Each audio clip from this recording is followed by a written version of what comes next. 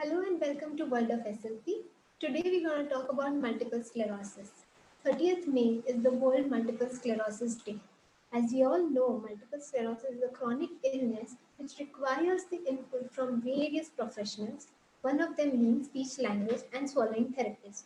We also know that the illness is of a long course and our role changes as the course of the illness progresses. Today, in this talk, we're going to cover some basics about what exactly is multiple sclerosis, the neurological basis of multiple sclerosis, signs and symptoms of multiple sclerosis, and then from there, we start describing the speech symptoms of multiple sclerosis. Also, we talk about the language symptoms that we come across. Yes, it's not spoken very often, but yes, they do present with some language impairments as well. And finally, we talk about the swallowing difficulties that they express. Now, one thing we need to keep in mind is that multiple sclerosis is a chronic illness. The illness has different appearances as the illness progresses. So, any patient you see with multiple sclerosis is found to be different from another patient, as opposed to an acute onset illness like a stroke, wherein if there is a left MCA territory infarct, it would more or less look similar across any other patient who also has similar kind of lesion. But being a chronic condition, being an autoimmune disorder, it is likely to show up differently in different patients. However, whatever symptoms, the signs, and the assessment management strategy that we'll discuss today is more or less commonly applicable to all the patients with multiple sclerosis.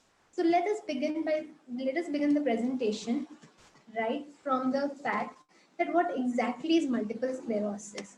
So, if we talk about multiple sclerosis, as we just said, it's a chronic illness, it's a chronic disorder, also it's an autoimmune disorder. Now, looking at the diagram, what do we come to know? We come to know that there's a normal neuron which is showing in a completely normal myelin sheath covering over the entire axon. Whereas in case of multiple sclerosis, it is the damage which happens to the myelin sheath. Myelin sheath, as we all know, is mainly responsible for the conduction of impulses. It helps in efficient, effective, and quick transmission of impulses. So the problem here is that the myelin sheath starts degenerating, and the main reason behind it is it's an chronic autoimmune disorder. When we say autoimmune disorder, the tissues of the body are killing the body tissues. So it's not something that is happening from external factor. It's not something that there's a viral infection or something, but it's the own tissue which is being toxic to the other tissues. So it mainly affects the central nervous system, and in central nervous system also we look at the major areas which are being targeted by the condition. So we look at it. So there is an inflammation of the neuron which happens. So when the degeneration of the myelin sheath begins, the area surrounding that starts to inflame. Now, in the entire central nervous system, disease slowly and slowly progresses. However, there are certain areas of the nervous system where the disease shows profound impact. So these are the spinal cord, starting from spinal cord, brain stem, the optic nerves, some white matter regions of the brain, and the cerebellum. Now, if you look at all of these areas, you will realize that if not the entire of the cerebrum, but these areas by far and large, contribute to speech, swallowing, and even language. Also, as we talk about the neuropathology, we saw that the myelin sheath is affected. When the myelin sheath is affected, now let us look at it in terms of language processing. So, what exactly you think the language processing role myelin sheath plays in that? When you listen to someone talking, when you listen to someone in a conversation, it is the neurons which are firing at such a faster rate that you are able to respond back faster. When this kind of transmission of impulses is not as quick as in real time happening, that's when you realize that the patient is having trouble in following the conversation. This is one such example of language problem setting in because of multiple sclerosis. Apart from that, as the neurons lose their myelin sheath, what happens is their efficiency of transmission gets affected. Each of these areas which you look at your screen, majorly the brainstem and the beginning of the spinal cord, they are responsible for the swallowing. They have the swallowing centers, and that is the reason that dysphagia is more commonly seen among these patients. Optic nerve damage also causes visual problems which are very, very prominent among patients with multiple sclerosis. And cerebellum will give you a clinical picture similar to an ataxic dysarthria, also at the same time having a combination of other things, because cerebellum lies really close to the swallowing centers as well. And then there are some of the white regions of the white matter regions of the brain, which is of the cerebrum. They will contribute differently. As we speak about the symptoms, you'll get even better idea. Now, more important for us is to understand the types of multiple sclerosis. When I say more important, it is because that depending on the type of the multiple sclerosis, the patient is coming to us with different symptoms. So as we come, the first type of multiple sclerosis is clinically isolated syndrome. Now, this is a condition where the patient will have symptoms appearing in one episode and lasting for at least 24 hours. It's just one episode wherein all the symptoms appear and they are lasting for such a long time. But if the same thing reoccurs after some of the other, duration of time, then the diagnosis changes from clinically isolated syndrome to relapse remitting type of multiple sclerosis. Highly common type of multiple sclerosis seen in among 85% of the population. Now, why do we say it as relapse and remitting? Because this type of multiple sclerosis has two cycles within it. The first cycle is the cycle of remission. By remission, I mean that there is a phase where you see that there are no symptoms, the patient is telling you. You might have assessed the patient and, you have come across some types of symptoms wherein the speech was slurring, the dysphagia symptoms were setting in, there was lack of coherence in his speech and whatever. And then he comes back to you after 10 days, and then on that particular day, if the remission cycle is going on, you realize that symptoms have, very reduced in severity. He's much better at whatever he's doing. And then comes a relapse phase. Now, a relapse phase is followed by a remission phase. Relapse phase is the phase where either you see that the symptoms change altogether, either you see that the symptoms are the same but their severity increases, or you see that there is a whole new set of symptoms which were not at all reported before. So this type of multiple sclerosis is something we need to be aware of. Then comes a type which is called primary progressive multiple sclerosis. Now, primary progressive multiple sclerosis is when, in the initial period or the initial course of the illness is more of a progressive type. So, there are no relapses, remission cycles happening, and it's more of a progressive thing. And you see that in the start itself, the symptoms are constant, the condition is worsening constantly, and there are no periods where the patient is feeling better. That's when you call it as primary progressive multiple sclerosis. And lastly is the secondary progressive multiple sclerosis. Now, this kind of condition is where you see that in the initial phase of the cycle, patient was showing a picture which is similar to relapse remitting type of multiple sclerosis. As the disease progressed ahead, what we look at is a picture which is of progressive type of multiple sclerosis. So it's a mixture wherein the start of the illness looks like some other type, but the end part or the later stages looks like more of progressive. Now, why is it important for us to know about these types? Is because when a patient comes to us and we don't know about the type of the multiple sclerosis that he's facing, we are bound to and not understand his clinical picture very well. That's because if a patient is of RRMS type, when he comes to you, it's important for you to find out what is the period of his remission cycle, what exactly, how many remission cycles so far have been noted by the neurologist, and what exactly is the post-remission period looking like. So, is there always an increase in the symptom severity? Is there a constant symptom severity after the remission? That all things we need to understand, so that when you are assessing, you keep in mind that, okay, fine, this patient is right now having a period of remission, and that is the reason the clinical picture that I'm seeing is far better than what I can expect after a relapse cycle. So you can be prepared, you can prepare the family members, you can prepare the caretaker, so that it's a better way of understanding the patient as well. As opposed to someone who is coming with a primary progressive multiple sclerosis, you exactly know that, okay, fine, this patient is progressing at a particular rate. This is how the symptoms are going to develop, and you expect that, okay, fine, the speech and the swallowing and language symptoms are going to set in some duration. We will also talk about a scale that is mainly designed for multiple sclerosis that will tell you exactly the severity of multiple sclerosis that the patient has.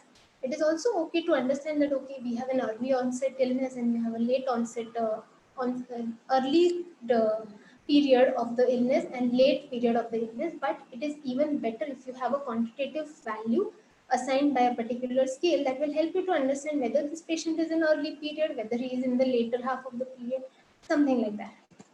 Now, coming to overall symptoms of multiple sclerosis, this is a clinical picture which you will most commonly see for a multiple sclerosis patient. So you look at it and you realize that all the areas which we just mentioned before, these are the ones which will show you symptoms similar to that area. So if you have damage to the speech muscle, that is when your dysarthria sets in. In throat muscle, that's when your dysphagia sets in. But when we are considering a patient, we consider the patient as a whole.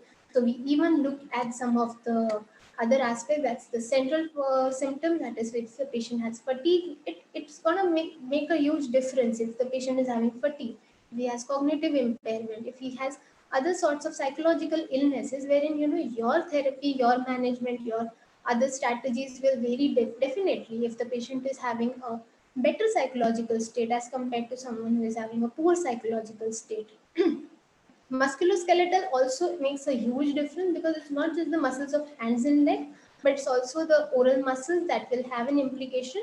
So if you see that there is an overall limb weakness, there is overall spasticity, you expect those things to occur in your oral muscles as well. And then your approach towards those oral muscles is different as opposed to someone who will not have those weakness, those spasticity. Coming to the sensation part now. Sensation, the pain part definitely won't have much of an implication, but when the patient comes with you with paresthesia or hyposthesia, this is mainly when the patient is feeling either the tingling sensation that we sometimes come across very minutely in our extremities, and the hypoesthesia is something that we even come across in patients after an acute onset illness, that is after a stroke also, wherein the patient would just complain that I feel that the sensation around my cheeks has reduced. I don't feel the food around in my gingivobuccal sulci.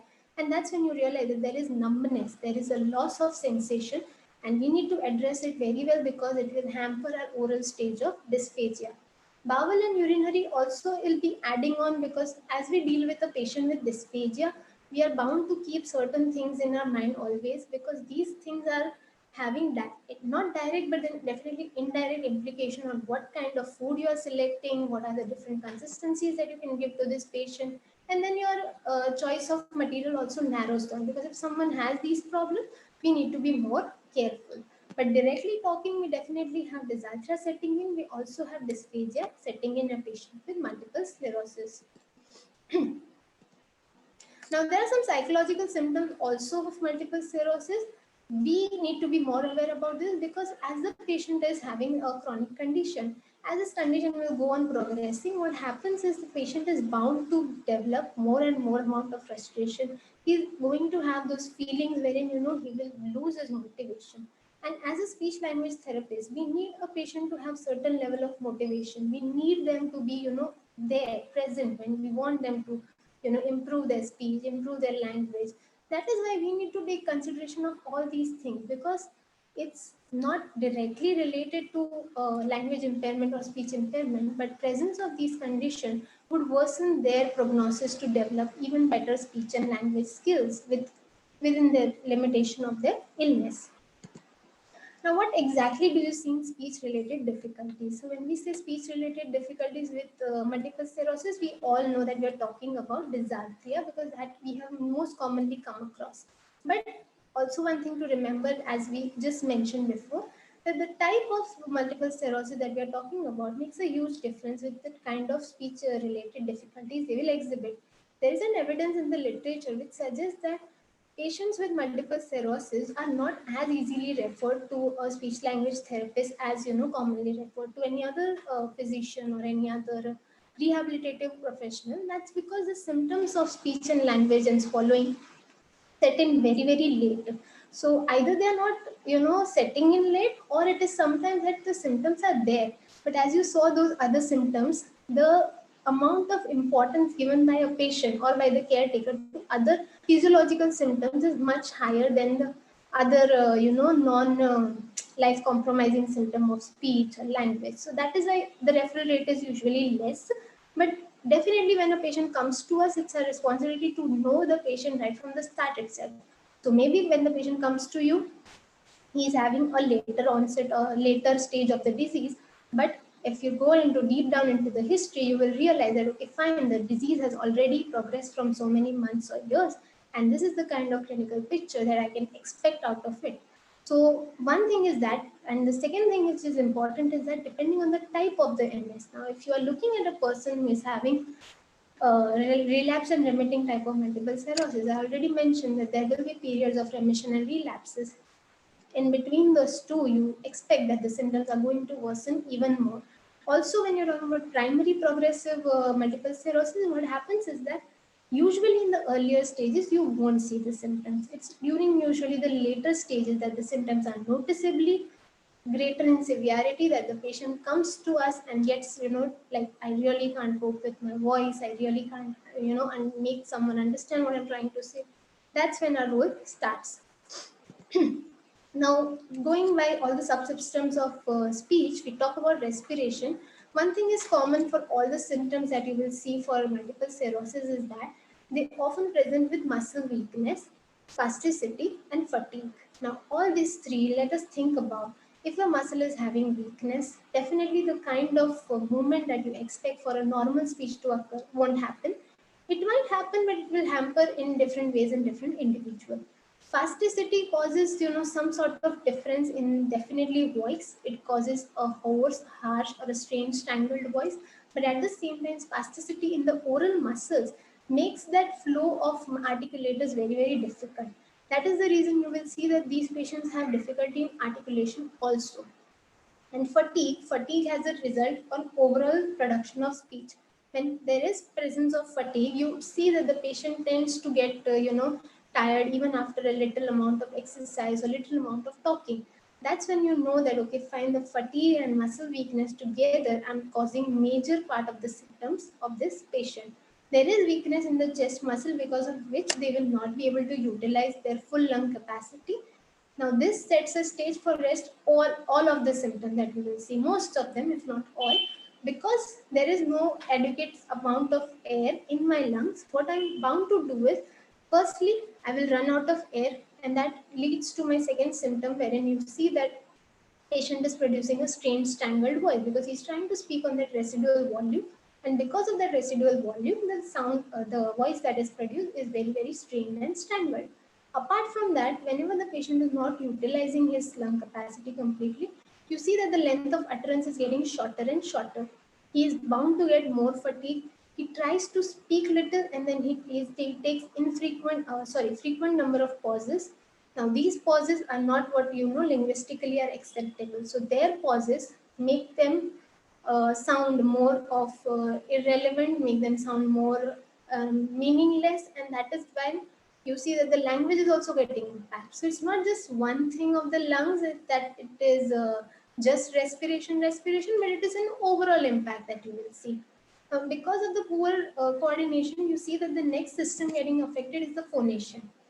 We just spoke that phonation, because of reduced lung capacity, leads to strained strangled voice, which is very, very common.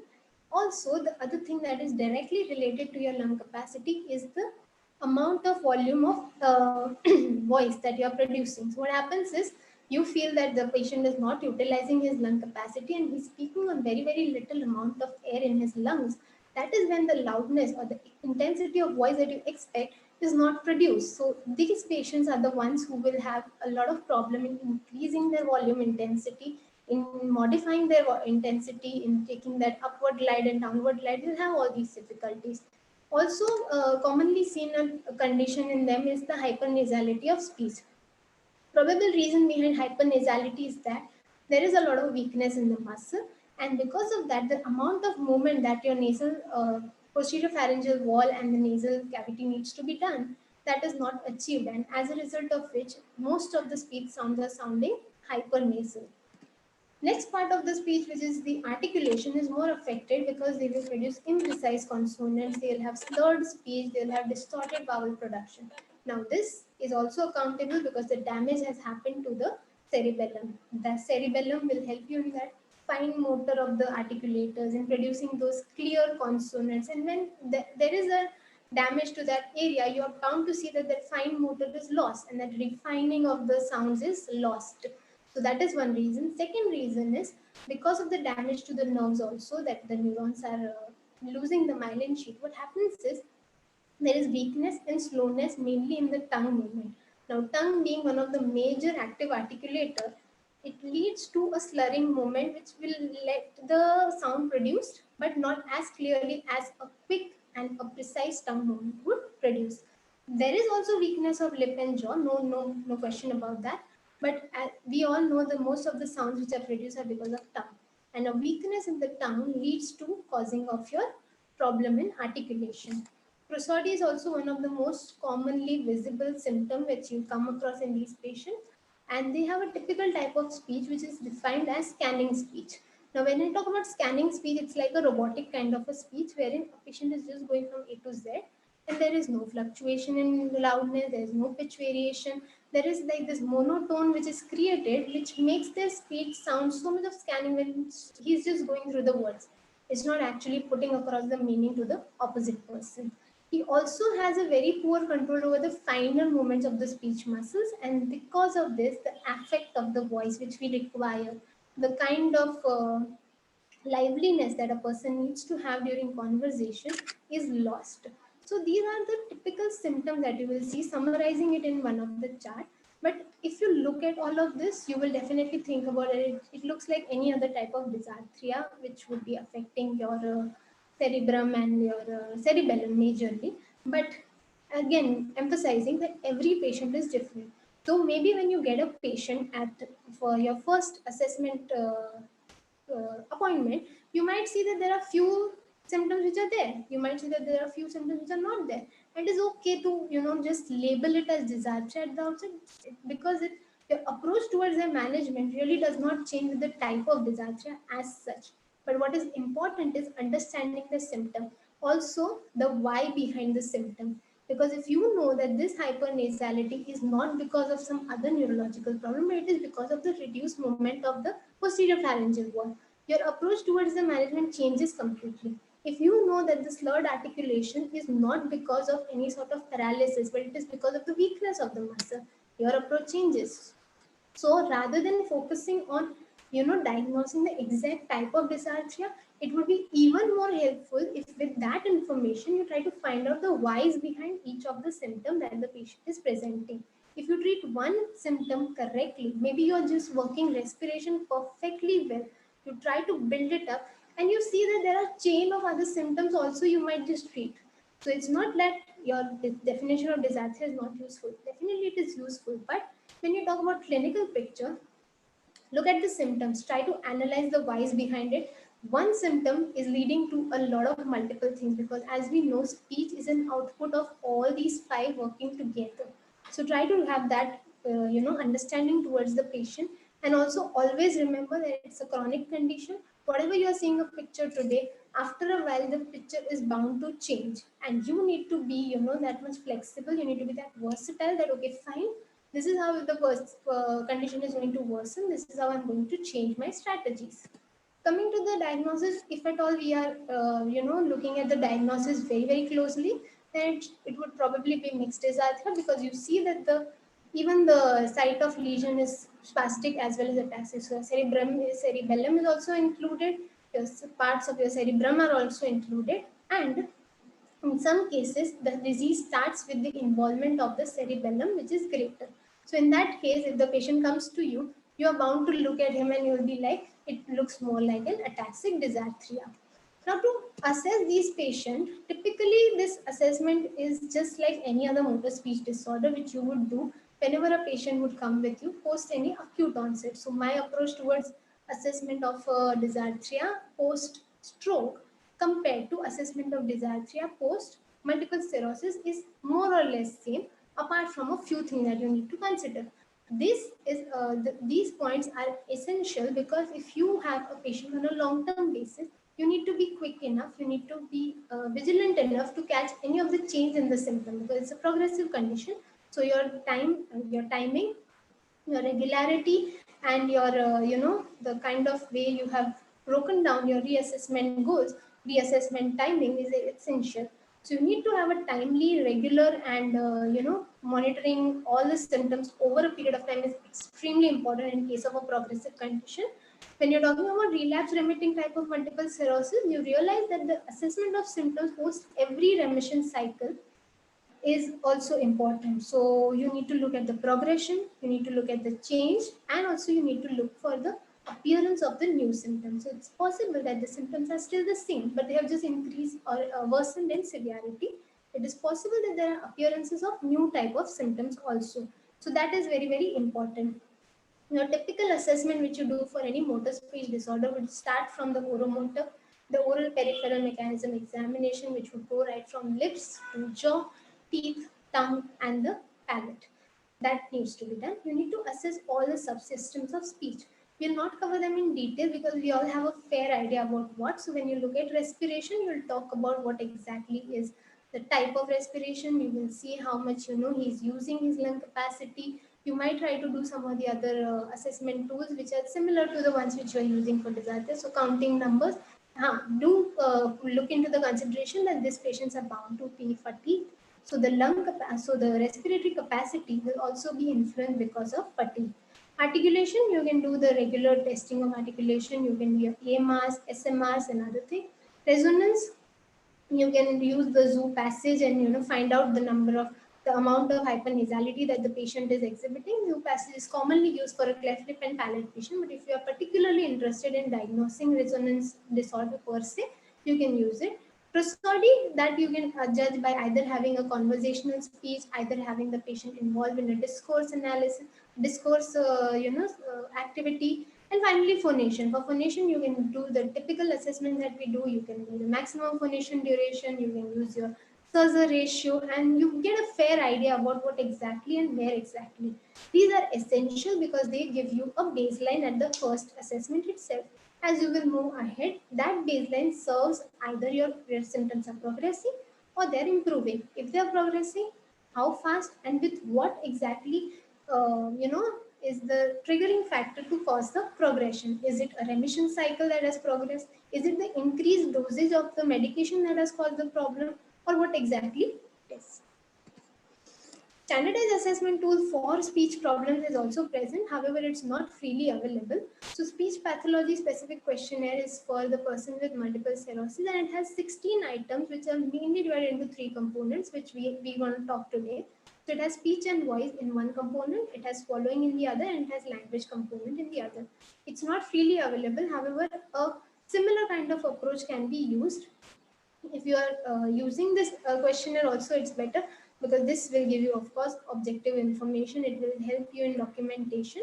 But yes, otherwise also your reporting can be done under all these subheadings also. Now, how do your approach towards management changes? When you're talking about management, right, like when we were discussing the symptoms, right, itself we found the whys. If you know the whys behind the symptoms, you can go for a traditional therapy approach. You're targeting each of the why. That okay, fine. This patient is having a lot of weakness in the chest muscle. Let us build his strength for the chest muscle and improve his respiration. Improvement in his respiration will lead to increased vital capacity. Increased vital capacity will in turn increase his length of utterance, will cause him less fatigue, will cause him less infrequent frequent pauses, and overall his output will be better.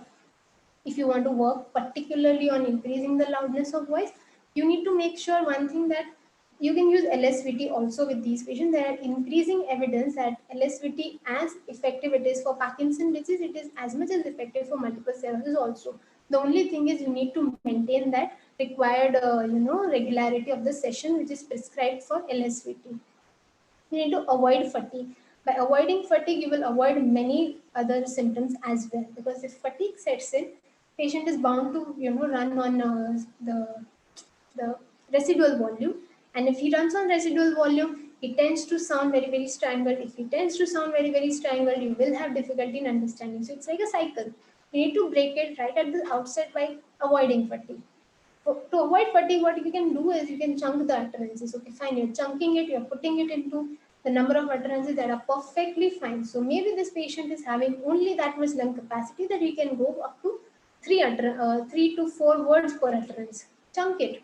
start his practice from a reading material wherein you are literally making demarcations and the patient has to stick to that. After those 3 to 4 words, let him inhale. The moment he inhales, that is the point when you will be like, he will, refill his lung capacity and he's all set to start the next 3 to 4 words without going into that phase of strange strangled voice, sounding unintelligible, and all those things. The use of optimal breath group is similar to the chunking utterances. Speaking immediately on exhalation, many patients sometimes overdo their speaking and they even enter into speaking mode while they are in the inhalation phase also. So we need to train these patients wherein we need to guide them either visually or we need to make some demarcation if they are doing a reading task. Always try to begin from a reading task if the patient is literate and he is able to do it in spite of the visual problems. It will be very very helpful because a, it does not constantly require your interruption. Secondly, it becomes very easier even to point it out because you literally have drawn a mark or you have done some or the other symbol on the page. That becomes very easier for you to monitor and even for the patient to monitor. To improve articulation, use of over articulation because they tend to do that spastic movement wherein the muscles are extremely tight. So use of over articulation helps in increasing the intelligibility definitely. Phrasing, definitely you try to phrase it out where it's the set number of words and the set number of utterances in a particular sentence and then trying to phrase it out. Low rate of speech and pausing, all these things are useful in one way or the other, targeting either one of the subsystem or the other. But definitely all other traditional approaches also you can use for articulation, for respiration, for phonation, for every other thing. What you need to keep in mind is that when you're treating these patients, how your approach has to be different from an acute onset illness patient. So there are certain differences that you need to remember. Firstly, this patient is bound to be more fatigued as opposed to any other illness. So you need to make sure that none of your activities, none of your speech tasks are so effortful that the patient gets tired with the effort itself. So avoid using those techniques. So I wouldn't recommend you to tell the patient to use a pushing pulling technique because it requires a lot of muscular effort.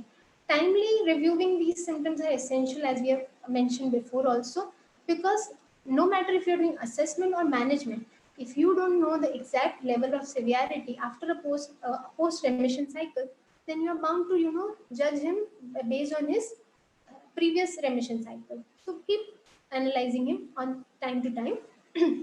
Also, you see that all these strategies, all these things which we just spoke about are very, very useful when the patient is in early stage or in the middle stage. As the condition is going to progress, he is going to enter in the later stage of the illness. And during the later stage of illness, it is very difficult to follow all these things because there are other comorbidities which are going to set in. These comorbidities will make the patient very, very restrictive in either their movement, in either their involvement in participation, and then our role in management changes a lot. So if you're looking at a person who is having a later stage of disease, you're bound to give them strategies which will be even more simpler than what you did in the middle and the early stage. We need to always remember one thing, that our goal as a therapist keeps changing depending on the severity of the condition. So I cannot have a goal that the patient will be independently talking at the later stage also. What I need to look at is I need to have a goal where the patient will be able to communicate his needs using any mode of communication. That's when I will prevent from occurrence of a self depression, self feeling of failure, feeling of low self-worth, and feeling of depression also, definitely, because he will feel like no one is understanding me, and that's when those feelings build up, and yeah, we need to avoid that. So our aim would be, it's fine even if you're using a voice amplifier, we are using a speech generating device, we're using an alphabet board, or we are using a picture board, anything. We are giving them a mode of communication. And so the same thing needs to be explained to the caregiver and the caregivers as well, that at this stage, what is important for us is the patient needs to tell what he feels, what he needs, what he wants. It's not essential that he needs to tell us everything that we expect from a normal person or from someone who will be without such an illness. So this is our overall approach towards management of dysarthria when it comes to a progressive condition like multiple sclerosis. Now, language impairment is not very much spoken when we talk about multiple sclerosis. It's because it's not very well documented in literature also. But there are recent studies which have said that because of the myelination, definitely the language processing is affected. The kind of quick, the kind of real-time transmission that we need to have a real solid conversation, it's somehow not going to happen with patient with multiple sclerosis, because no matter how hard he tries, no matter how well his system is supporting, but the speed at which the transmission is going to happen, that's going to be down. And because of that, you will see that there are certain language symptoms which are higher language, definitely not in the receptive and expressive communication, but these are the ones which will which will prevent them from having a conversation that a normal person would be able to do. So you see some of the symptoms like word retrieval errors. Now, word retrieval errors is something where you show the patient something and he just cannot come up with the word. It's either word retrieval on looking at the object, or it can be something where you just asked him a question or something like that. This happens because when you are trying to retrieve something from your memory, there is a lot longer process that happens before that retrieval. So it's definitely involving a lot of neurons. When you are having any task which is heavy in involvement of neurons, these patients experience a breakdown, and that's where you need to step in.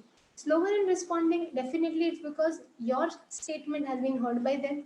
The time it takes for them to process it, the time it takes for them to create a response and put it across, definitely they want to take longer because their neurons are not as supporting as yours and mine. They have decreased participation in communication. Two reasons for that. First, they will feel that they are not able to maintain that pace of conversation, and hence they will be like, okay, fine, I just don't want to do it. Second reason is they are not involved as much in communication as other people around, because not everyone is patient enough to wait and give that turn, and that is where you see that their participation slowly and slowly goes on decreasing. They have difficulty in following a conversation because in a group there are so many people talking around, and it happens so that patient is trying to process some amount of language from one a particular person, and by then the other information comes. So the neurons are not very well equipped. They tend to go in fatigue mode very easily, and that is where they just lose a track of the conversation. They have comprehension difficulties not for simple terms, so for the simple utterances, but for longer and the complex ones, because these are the messages that require a lot of understanding, they require a lot of firing in our brain. That's where the breakdown happens. They have very poor turn taking in terms that either their turns are somewhere there's a long pause which is inappropriate, so it can either be an inappropriately longer turn or a longer pause, or it can be a very quick response. Now this quick response happens when the neuron is trying to fire in constantly, one after the other it is happening. So the neuron is taking definitely longer to fire. When that thing finally fires, the output is generated. Now that output may not be relevant to that particular conversation that's happening, but it's of something previously discussed, and that's when he just blurts out his utterance. So it's not correct. So the inappropriateness that comes into the conversation is because of poor turn taking skills. Will not have topic initiation skills, because topic initiation also requires a lot of effort from the speaker. So you need to select a topic in your mind, you need to gather the information that you need to talk about it, and then finally you need to set your muscles into that movement and produce that topic. So these things are also affected in them. If you look at all those symptoms that we just spoke, you realize that most of the higher language skills are affected, most of the pragmatics is affected when we talk about these patients. And maybe that is the reason that you don't find a very subtle, very, major problem when you talk to these patients. You'll be like, he understands what I'm trying to say, and I understand what he's trying to say. That's when even the caregiver will be like, no, it won't be a language problem. But when you assess them, when you finally look at all the aspects of the language, you realize that they do have a breakdown, and that breakdown is purely because there is a processing problem. How do we tackle these? As such, language therapy per se for persons with multiple sclerosis has not been outlined in the literature, but definitely we can use some of the strategies. We can tell the the caregivers to use these strategies. Always use of simple utterances is something, because any person who has a processing problem, a simple utterance, waiting for longer duration, use of less open-ended question, these things are commonly suggested to patients who have difficulty in following a conversation, in following long, lengthy, complex utterances. So these can be done. They can work on their buildings, on their listening skills. Start from very simple commands. Simple commands also use a lot of other modalities also, not just auditory processing. Try and involve all the processing, visual processing, tactile processing, multiply it. Because it's not that the processing is affected in a particular modality, but if one neuron is damaged, its work can be divided amongst 10, and those 10 together can might help him and reach the target. We can work from the simple and take him to multi-step command. Of course, use a visual cue whenever and wherever needed. Try to do your strategies in such a way that you are adding on to his confidence. Anything, or balance it out somehow, that your goal or your result at the end of the strategy used should be something that where the patient feels that, okay, yes, I could do certain things, but I couldn't do certain things as well. But he should be motivated enough to try those things that he hasn't done. Word retrieval strategies, definitely you can use your phonemic cues, you can provide options, and use of close-ended or return format, pictorial form. Somehow these things will help them to retrieve the words. Always involve them in discussion. This is what we can suggest to the patients, caregivers, to others who are around them, that involve them in discussion. Try to give them the opportunity that they need to communicate so as to keep them motivated. Because if we are just looking at the language aspect of this patient, but if you look at a patient with multiple sclerosis, he not just has these simple problems of unable to follow a command. He has even greater problems at the physical level. He has even greater problem at sensation level, wherein he just doesn't feel sensation over his limbs. He's unable to have bowel control, and he has a lot other things also to deal with. So we need to be vigilant enough. We need to empathize with the patient and understand that it would be one thing that can help him is that by giving him a modality to communicate, so that it makes him feel better. At the later stages, definitely use of AAC or gestural mode of communication is recommended, because again, as we have just said, we need to give them a mode of communication. It's not important which mode we are giving, what you are giving. What is important is not letting those feelings pent up in their self. We need to give them a channel. We need to give them a mode where they can, channelize their feelings. Finally, and the most interesting aspect of multiple sclerosis is the swallowing difficulties. Swallowing difficulties are reported among 30 to 40% of patients with multiple sclerosis, but unfortunately, the diagnosis of swallowing difficulty is also delayed. Now, if you remember all the symptoms of multiple sclerosis, you realize that when the condition starts, patient has a lot of symptoms to look at. Swallowing difficulty is something which only occurs when there is a trigger. So the trigger can be a choking reflex, trigger can be something when he's taking really long to finish his meals, and that's when the family members and the patient will feel like something is wrong with my swallowing. That's when they realize that, okay, fine, I need to take assistance for this particular problem. Sometimes it is also confused with the presence of presbyphagia, because multiple sclerosis is a condition that usually occurs in the later stage of life. So it's somewhere 40, and it starts from 20 to 40. That's the range that we have said. But the symptoms of swallowing difficulty to manifest enough for them to take our advice and our consultation comes by later stages. So somewhere around 40 to 50 is the age, and that's exactly the age where your presbyphagia starts setting in. Presbyphagia is swallowing difficulty just purely because of aging. Now, the symptoms of presbyphagia and the symptoms of swallowing difficulties because of MS somehow overlap with each other, because yes, both the things have one thing common, that the neurons are aging. So even in normal aging process, you see that the amount of myelination goes on degenerating, but it's at a much faster rate in case of multiple sclerosis. But the clinical picture somehow overlaps, and the patient will be like, maybe it's just because of my aging. So that's when also they kind of delay their referral to us. However, whenever they come to us, the most common type of dysphagia which is being noted in the literature is the oropharyngeal type of dysphagia. You also see that there are symptoms of esophageal dysphagia, but the clinical picture that you will assess and you will come across is most commonly oropharyngeal type dysphagia. It is complicated because of the presence of other illness, other symptom, that is hypoesthesia and paraesthesia of the oral structures. Now, paraesthesia is not so commonly seen in the oral structure. as much as hypoesthesia. Paresthesia is when you feel the tingling sensation or pricking sensation, most commonly in the limbs. But hypoesthesia is when you feel the numbness. You feel that there is a reduced sensation somewhere around my oral structure, and you just don't feel the muscles around. So that is very commonly seen. So your clinical picture gets really complicated because of the presence of hypoesthesia. What is the common phase of clinical picture when we talk about oral phase? First thing they come up is the difficulty in chewing fluid, definitely because they have a lot of weakness in the oral muscle. They have poor saliva control, and as a result of that, you see that there will be a lot of drooling, dribbling. One reason for it is the lip seal is poor. Second reason is there is reduced sensation in the oral cavity. So in order for me to trigger a pharyngeal swallow, there has to be enough amount of sensation going right from the oral cavity to the brain. That is something which is not present.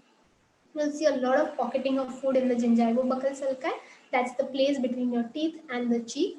So in that area, you see that there will be a lot of food pocketings happening, and this is because they do not have enough of sensory awareness to that particular stimuli. The because of the overall weakness, overall slowness of the movement, the oral phase becomes prolonged. And usual tendency is that they will prefer softer solid or semi-solid because it does not involve effort, it does not involve lot amount of movement of the muscles, and as compared to any hard solid. So this is a phase of oral phase dysphagia among persons with multiple sclerosis. When you look at the second phase, that is the pharyngeal phase, you see that the prolonged oral phase causes a lot of problem in the triggering of the pharyngeal phase. What happens is the transmission rate at which this impulse needs to go when your bolus reaches the anterior facial pillar, that rate of transmission is anyways affected because the neurons have lost their myelination. So it is happening, but definitely at a slower pace. So the triggering is firstly delayed because of that. And secondly, it is delayed because the oral stage itself, the bolus formation itself has taken so longer, and because of poor oral sensory awareness, the bolus whenever prepared, when it reaches the anterior facial pillar, the sensory awareness in that area goes lesser and lesser, of course, because of hypoesthesia, and they do not feel that triggering. And it happens, but it happens somewhere when the bolus has either crossed the lower bridge or either crossed the anterior facial pillars or somewhere in the middle. That's when you feel like it's not happening correctly. Either there will be just so much of poor sensory awareness and lack of muscle strength that the food will go into premature spillage. When we say premature spillage, it's when the food will just go beyond the pharyngeal phase, even without triggering of the pharyngeal phase and even without complete bolus formation. You'll see that there will be a lot of effortful swallow if you are giving this patient something as a hard solid. So they will go into that muscle strength because it's so weak. They'll try to use all the muscles together to bring that into one cohesive bolus and then push it down the pharynx. And in case nothing of this is visible, but definitely a frank aspiration or a penetration happens because of some of the other reasons like delayed triggering and premature spillage. That's when you know that this patient is having pharyngeal phase dysphagia as well. Most common symptom of esophageal dysphagia which they present is the globus sensation, wherein they constantly feel that there's something stuck in the throat. So this is one of the common thing that they present. Now, how your assessment for dysphagia in MS should be? If you're talking about an early stage MS, it's very easy, not very easy, I would say, but it's very, very comparatively better as compared to a late stage of MS, wherein you can do your bedside assessment as well. You can do instrumental evaluation also if you need to, confirm your diagnosis or you need more details or something like that. It's possible, physically the patient is in a much better condition and you can take up them for these assessments. However, as it will progress, you will see that there will be overall involvement of the limb. You will see they will have difficulty in walking, cognitive incapacitance, and everything will come in. And that's when you realize that, rather than taking them for a complete, holistic, detailed assessment, let's just resort to some of the simpler clinical assessment tools and reach to a diagnosis wherein you can quickly plan a management strategy for them. So, this scale which I spoke about before, is the expanded disability status scale. It is a method of quantifying the disability in multiple sclerosis patients, mainly used by neurologists to find what exactly is the level of disability. Now, after post so many remission cycle or post so much of period or whatever, So this has a scoring from 0 to 10, in each step increasing 0.5 units of incrementals. If you see, this scale has considered only walking as one of the factors to decide the severity, but more or less the other factors also, kind of fall into the place, and you get a fair idea about the condition of the illness. Wherein if you have a score of 1 to 4.5, it will suggest that he will be unable to walk without any exercise, because it's the major factor to be considered. They have said that okay, fine, it means that it's 1 to 4.5, means the patient is able to walk without any aid. But if you look at the whole scale, you'll see that there are other factors also which they have considered. This is one of the primary factor. Also, this is the range of score which you would look at and decide whether okay, fine, this patient is having little amount of physical dependence on other thing, and we can take them up for a bedside for an instrumental assessment if needed. And the higher score, that is from 5 to 9.5, suggests that he's totally physically also immobile. He's just not able to walk. Immobile as in not without any aids. And considering such a patient for a detailed evaluation would be something only if imperative, like extremely needed. That if you don't do a barium swallow or if you don't do a fees, you just cannot help this patient because you are having a query of silent aspiration or something like that. Then only we can risk such patients. Now, what can we use apart from our normal assessment strategies that we have discussed in our other webinar? We can use a questionnaire which is freely available. It's a dysphagia and multiple sclerosis questionnaire. It has 10 items, and there were multiple versions. So the final version has 10 items, and they are divided into two sub questionnaires. So the first one will be assessing the dysphagia to solids, which will have 7 items, and the second one will be assessing dysphagia to liquids, which will have 3 items. It's one of the comprehensive ones, good to keep a record, good for documentation, and it's easy to get online, freely available. It was created into a shortened version which is having only 5 questions, typically used as a screening tool in the first visit itself, but assessing more or less the same like the DIMES.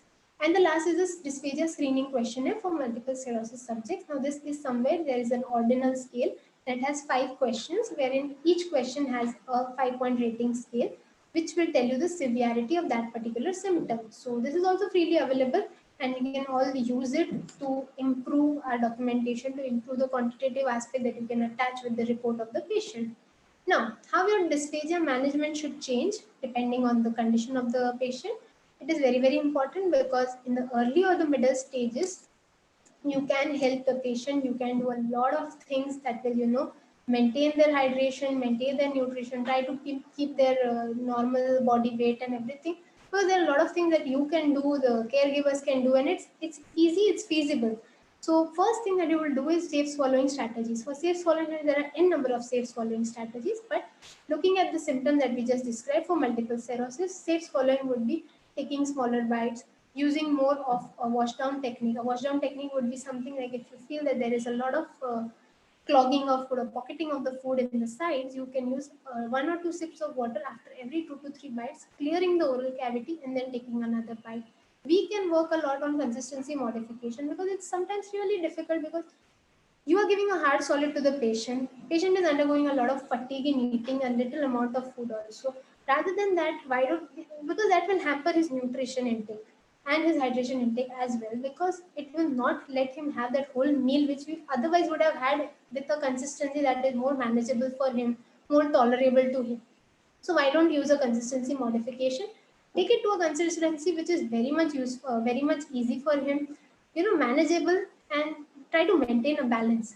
Then you can work on improving oral sensory awareness. This can be done with multiple ways, but one of the commonest way that we can do is we can give a lot of tactile stimulation using different textures, using different temperatures, using different points inside the oral cavity, using a brush or something like that. But it's something that works really well.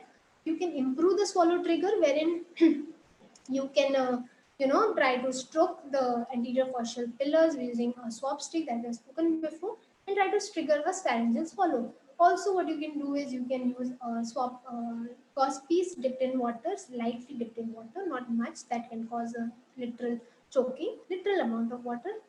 Rub it on the sides of the tongue.